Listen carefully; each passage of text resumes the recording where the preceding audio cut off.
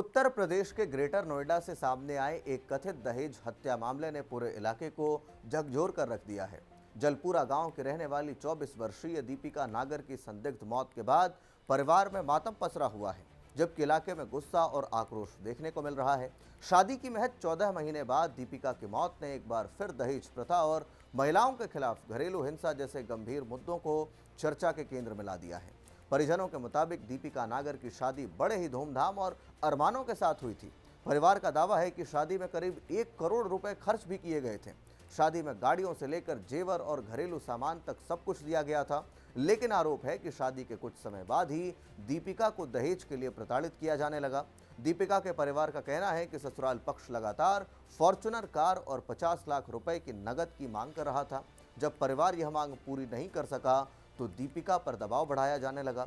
आरोप है कि उसे मानसिक और शारीरिक रूप से परेशान किया जाता था। परिवार के लोगों का कहना है कि दीपिका कई बार फोन पर रोते हुए अपनी तकलीफ बताती थी।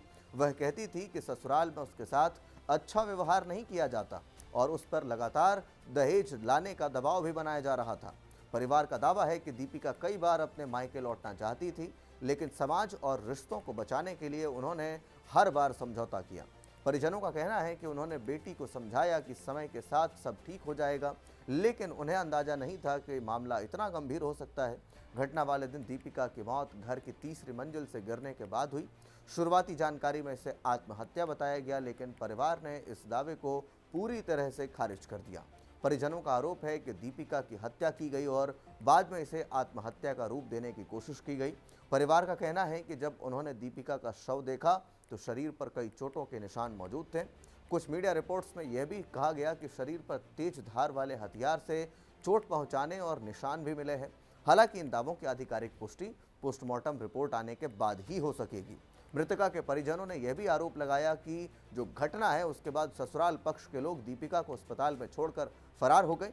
बाद में किसी तरह परिवार को सूचना मिली। जब परिजन अस्पताल पहुंचे तो वहां हंगामा हो गया। परिवार ने अस्पताल और पुलिस प्रशासन से तुरंत कार्रवाई की मांग की है। मामले की गंभीरता को देखते हुए पुलिस ने तुरंत जांच शुरू की। पुलिस अधिकारियों का कहना है कि शुरुआती पूछताछ और परिजनों की शिकायत के आधार पर दीपिका के पति और ससुर को गिरफ्तार कर लिया गया है। दोनों से पूछताछ की जा रही है। पुलिस का कहना है कि postmortem report, call detail record, mobile chat और अन्य तकनीकी सबूतों की जांच की जा रही है। अधिकारियों के मुताबिक हर एंगल से मामले की जांच होगी और जो भी दोषी पाया जाएगा उसके खिलाफ सख्त कार्रवाई की जाएगी। इस घटना के बाद इलाके में लोगों में भारी नाराजगी देखने को मिली। बड़ी संख्या में लोग दीपिका के परिवार के समर्थन में सामने आए। स्थानीय लोगों का कहना है कि दहेज जैसी कुप्रथा आज भी समाज में जिंदा है और कई बेटियां इसकी वजह से अपनी जान गंवा रही हैं। महिला संगठनों और सामाजिक कार्यकर्ताओं ने भी इस घटना पर चिंता जताई है। उनका कहना है कि दहेज कानून होने के बावजूद ऐसे मामले लगातार सामने आ रहे हैं। कई बार परिवार सामाजिक दबाव के कारण बेटियों की शिकायतों को गंभीरता से नहीं ले पाते, जिसका नतीजा दुखद होता है। दीपिका नागर की मौत ने एक बार फिर यह सवाल खड़ा कर दिया है कि आखिर बेटियों की सुरक्षा कब सुनिश्चित होगी। शादी के नाम पर लाखों करोड़ों रुपए खर्च करने के बावजूद अगर एक लड़की को सम्मान और सुरक्षा नहीं मिलती तो यह पूरे समाज के लिए चिंता का विषय है। फिलहाल पुलिस मामले की जांच में जुटी हुई है और पोस्टमार्टम रिपोर्ट का इंतजार है। परिवार न्याय की मांग कर रहा है और दोषियों के खिलाफ सख्त से सख्त कार्रवाई चाहता है। ग्रेटर नोएडा की यह घटना सिर्फ एक परिवार का दर्द नहीं बल्कि समाज के सामने एक बड़ा सवाल भी है।